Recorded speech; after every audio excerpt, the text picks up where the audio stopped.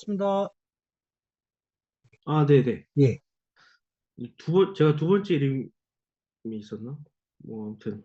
예, 오늘 좀 이렇게, 전 책을 읽지는 않았는데, 예. 좀, 제임스 파울러 보면서, 이 사람, 이분 걸로 좀 레포트를 하면 좋겠다라는 생각이 좀 듣긴 했거든요. 아, 예, 그래서, 네, 그런 기본적인 이유가 뭐냐면, 예, 저는 굉장히 그런, 음, 이런,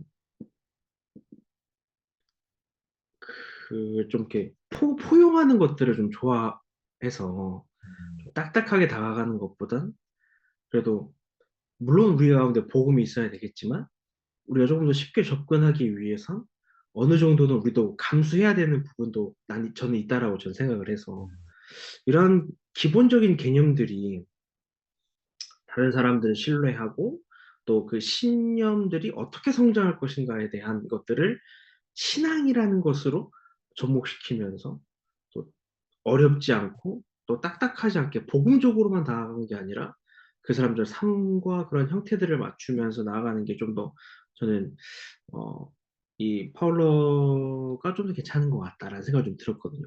물론 교수님께서도 좀 종교다원주의에 대한 단점을 좀 들으시긴 했는데 예.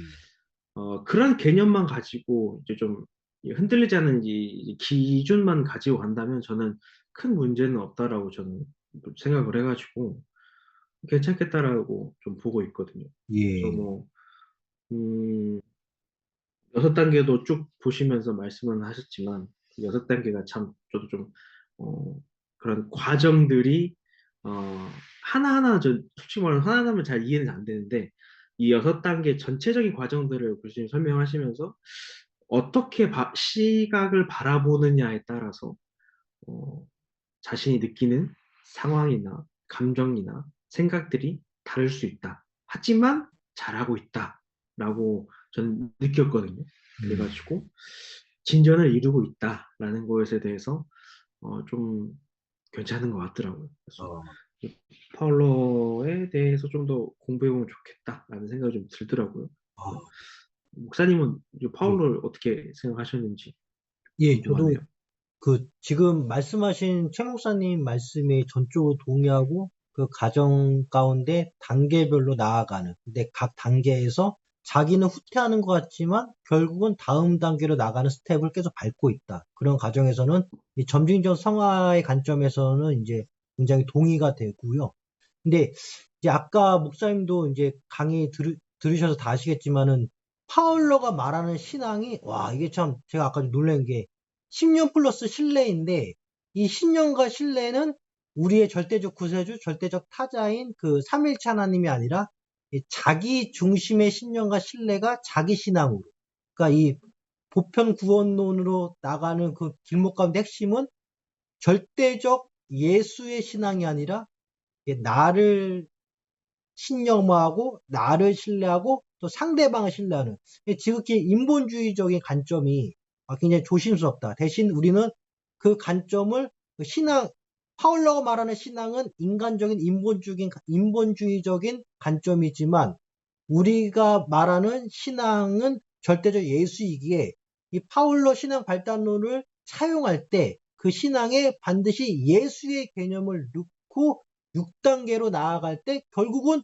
우리를 이끄는 자는 예수라는 것을 조금 더 조금이 아니라 이제 아예 그렇게 강조하는 것이 좀 올바른 파울러 신앙 발달론을 차용하는 것이 아닐까 그렇게 또 이해가 돼요. 그래서 야 이게 참 어렵더라고. 이게 참 파울러가 말하는 신앙과 우리가 생각하는 신앙의 차이가 워낙 정반대이기 때문에 이거 좀 조심스러워해서 아까 그 표 보여주신 거 신앙의 발달 단계 교수님께서 베드로의 신앙의 수준을 이렇게 같이 비교한 거 요한 에슬러 같이 에슬러와 함께 그래서 고르심과 네. 소명, 신앙 고백, 자기 부인, 겸손한 사랑, 순교까지 가는 것. 그런 면에서는 참 우리가 절대적 예수를 통하여서 부르심과 소명, 신앙 고백, 또 결국은 자기 부인, 겸손한 사랑, 또 이제 마지막 주님 품에 안기는 것까지 좀 가야 되지 않을까. 그래서 이 파울러 신앙 발달론을 차용하는 데 있어서 절대적 예수가 우리 각 단계별로 우리에게 어떻게 복음화 시키고 어떻게 이끄는지, 뭐 이걸 뭐 제자 훈련으로 이렇게 이야기될 수도 있고, 뭐 다른 뭐 프로그램으로 이해될 수도 있고 아마 그런 것 같습니다. 거기서 이제 프로그램 만드는 거는 이제 각자 담임 목회자 몫인 것 같아요. 예, 음, 그 이제 신앙 발달론의 그 사역 적용에 보면 예, 제가 다는 못 들어가지고 일단은 그 전생에 이제 예, 모든 어 그런 단계들이 예, 현재 나를 보더라도 과거에 나와도 관계가 분명하게 있다라는 그 단계적인 것들이 있잖아요. 그 맞습니다. 관계성이 이제 분명히 있다라는 것도 있고, 그다음에 이러한 이제 선순환적인 것들, 항상 그런 거 보더라도 항상 긍정적인 것들과 나는 나아가고 있고 잘하고 있고 진취적이고 뭐 이런 것들 이제 긍정적인 선순환적인 모습들이 필요하다라는 거는 저 들었거든요. 근데 이제 보편성에 대해서 제가 못 들어가지고 혹시 들으셨나요, 목사님? 보편성은 아무래도 파울러가 말하는 보편성은 좀 위험하고 그게 보편 구원론하고 약간 연결이 돼서 그래서 이 보편성 옆에 이제 그 이번에 오늘 강의한 그 PPT 자료 보니까 유일성이라고 하시는데 우리는 파울러가 말하는 보편성 대신 파울러의 인간 발달론 그 프로그램을 가져가되 우리가 말하는 보편성의 최고의 도달 관점은 결국 예수의 품, 그러니까 오직 예수, 이렇게 유일성으로 이렇게 치환하는 것이 가장 안전적으로 보이는 보편성이라지 않을까 이렇게 보여집니다. 예. 예, 사실상 교회 안에서의 보편성은 예수 유일성인데 세상에서 말하는 더 정확히 파울로 학자가 말하는 보편성은 결국은 이제 보편구원론이기 때문에 그게 좀 조심해야 될 것 같아요. 예, 좀 그런 면에서. 예. 근데, 그러니까요. 예. 그래서 이 결국은, 장점과 단점이 되게 명확한 것 같아요. 맞습니다. 이 예. 파울러 같은. 예. 거. 파울로.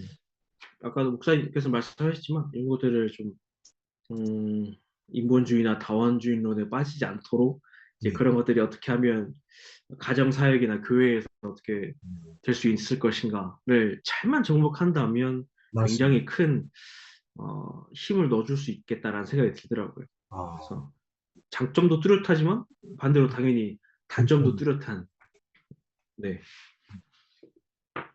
그런 것 같습니다. 아, 그래서 음, 참 이게, 그러면 이제 뭐지? 제임스 로더와 제임스 파울로 하시면서 이제 제임스 파울로는 양육 발달에 대해서 이제 예. 강조했고 제임스 로더는 회심과 병영. 변형에 대해서 예. 성숙에 대해서 예. 강조를 했는데 이 두 사람에 대해 두 사람이 두 사람의 이론이 이제 공존해야 된다 뭐 그런 걸 설명하실 건가요? 막판에 아마, 예, 그런 것 같습니다. 그러니까 양육 발달과 회심 병영. 그래서 누군가는 이제 누군가를 이제 제자화시키고 그 제자된 사람도 그렇고 그 제자화시키려고 가르치는 멘토나 멘티나 사실상 가르칠 때 자신이 회심되고 자신이 변형된다. 이제 그런 제임스 로드의 성숙 개념을 가져오신 것 같더라고요. 그래서 아까 교수님이 한 세 번 강조하신 것 같은데 가르칠 때 가르치는 자가 성숙되어진다. 이렇게 자기를 깨닫게 된다. 이제 그렇게 좀 이해가 되더라고요. 그래서 파울로는 전체적인 프로그램 틀을 제공하고 또 사실상 그 틀 가운데 멘토가 멘티를 이끈다고 보이지만 사실상 멘토가 멘티를 이끄는 과정 가운데 멘토가 더 멘토가 되어지는 그런 과정을 겪고 있는 그런 음, 성숙의 과정을 좀 보여줬다 보여지. 예. 좀 이렇게 보면서 많이 좀 이렇게 느끼는 게 많네. 사실상 우리 교회도 어떻게 보면은 구역장님들이 구역원을 이렇게 속된 말로 이제 리더로서 이끄는데 구역장님들 자신이 구역원들을 이끌면서 느끼는 바를 보면은 하나 같은 공통적인 간증이 조금은 담임 목사님 마음을 알겠다. 정말 리더의 위치가 되어 보니까 그런 예, 그런 고백이 나오는 거 보면은 정말 멘토가 멘티를 바라볼 때 멘토가 더 멘토가 되는 것 같아요. 예. 좀 그런 게 좀, 맞습니다. 그런 게 좀, 리더가 돼봐야 리더 마음을 안다고. 그렇죠. 예, 좀 그런 것 같아요. 목사님은 어떻게 예. 정하셨나요? 어떤 예. 이론을 하실지? 예, 저도 5월 17일까지 내야 되는 이 중간 레포트 소논문 10페이지짜리에서 저도 목사님처럼 오늘 파울로에 대해서 좀 관심이 가게 되더라고요. 그래서 저도 아마 파울로로 하지 않을까 지금 생각에는 그렇게 하고 음, 있어요. 예, 좀 파울로. 되게 유명한 건 피아제나 에릭슨이 되게 유명하긴 하잖아요. 아, 이제 이런 이론들이 굉장히 보편화되어 있기 때문에 예, 저도 처음에는 당연히 이제 피아제나 에릭슨을 해야 되겠다라는 생각을 했었는데 음, 근데 파울로를 좀 더 공부를 해보니까 파울로도 이제 이러한 면에서도 장사전이 뚜렷하기 때문에 장점만 잘 살린다면 음, 도움이 되겠다라는 생각이 좀 오늘 좀 들었습니다. 저 책을 안 읽어가지고 음, 오늘 공부가 조금 흥미를 가진다라는 거 네. 그간요. 음, 또 다음 주가 이번 주 금요일은 로더겠죠? 그럴 것 같아요, 아마. 예, 잠시만요. 제가 돌아오는 강의 그 PPT 한번 열어볼게요. 지금 열어보면은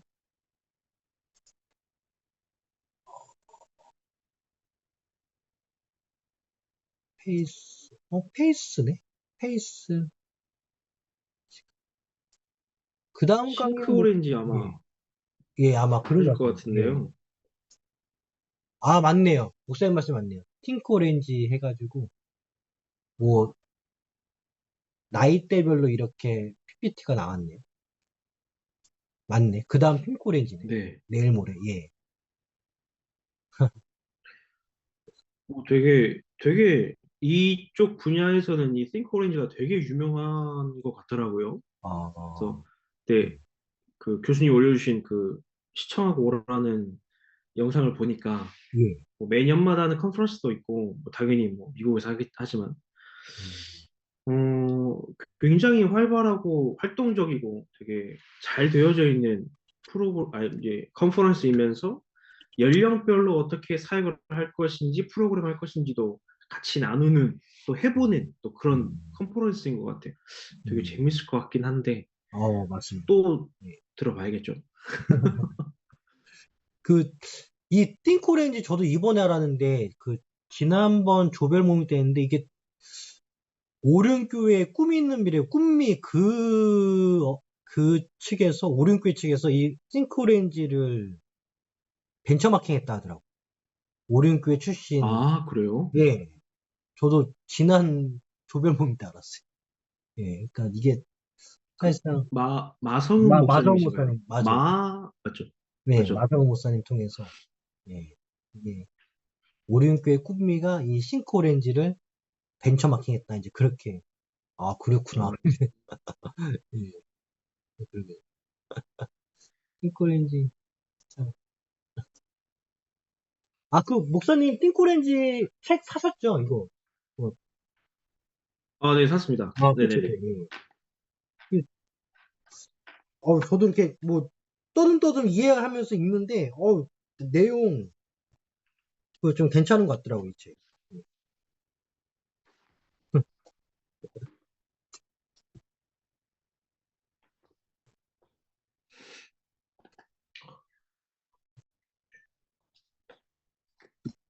책 내용이 좋더라고요, 이게.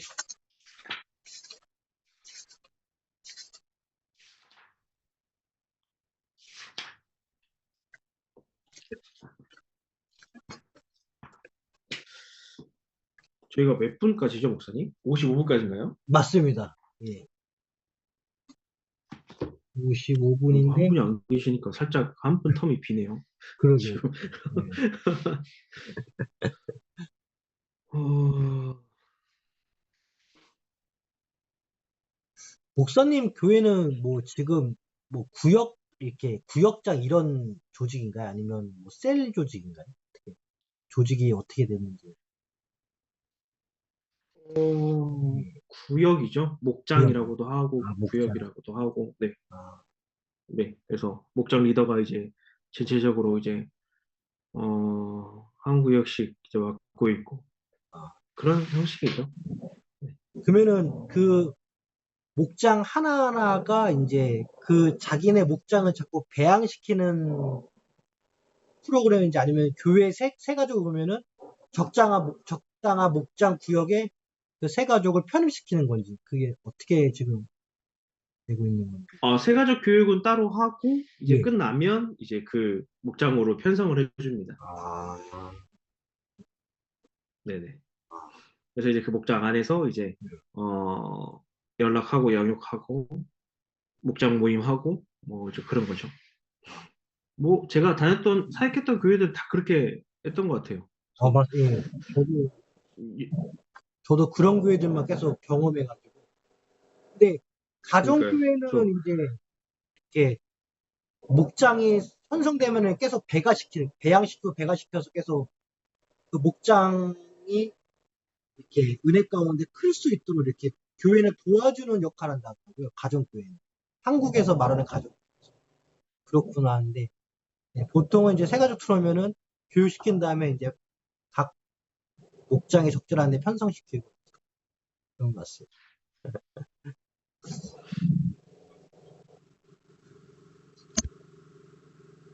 음,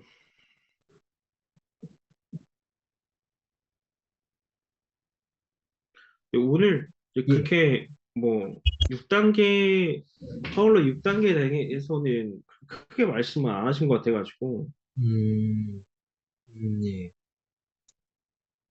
아마 그냥 이런 6단계가 있다라고만 하셔가지고 아, 뭔가 하나하나에 대한 설명을 좀 기대하긴 했었는데 각 단계별로 네네네. 예. 네, 아무래도 시간적인 부분이 또 있으니까 근데 그것도 책을 보면 또 나와 있겠죠.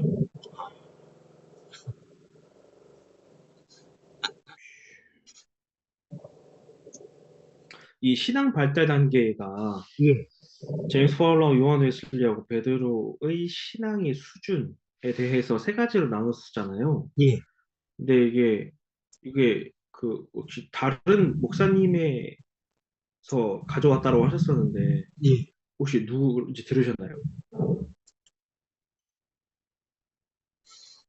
아, 저도 생각이 잘 안 나네요.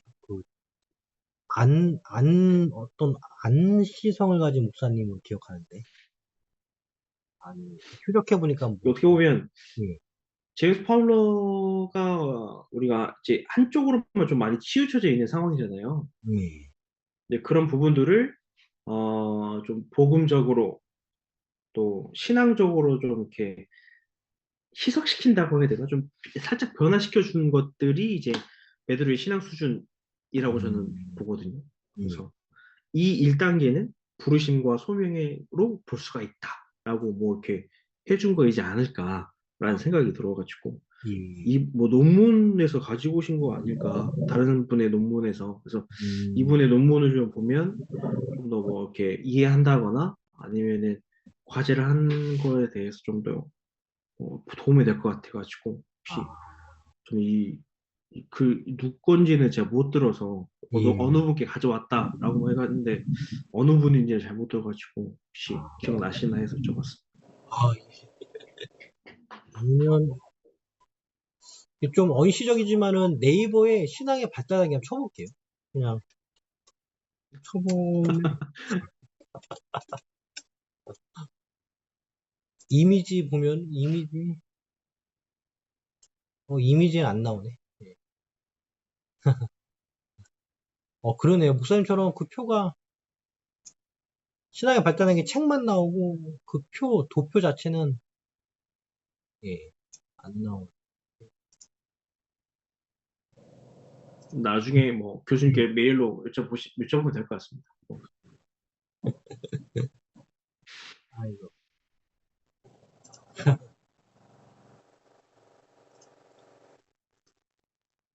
책은 굉장히 뭔가 전공책이어가지고 이거를 한 번에 읽기에는 좀 어려우셨을 텐데 맞아요. 어려워. 괜찮으셨나요? 저는 좀 어려웠습니다. 사실. 책이 어려워서 책 읽기가. 이게 한 시간에 끝내는 게 아니고 거의 뭐 한 학기를 배워야 할 수준인데, 그렇죠. 예. 와우, 와우.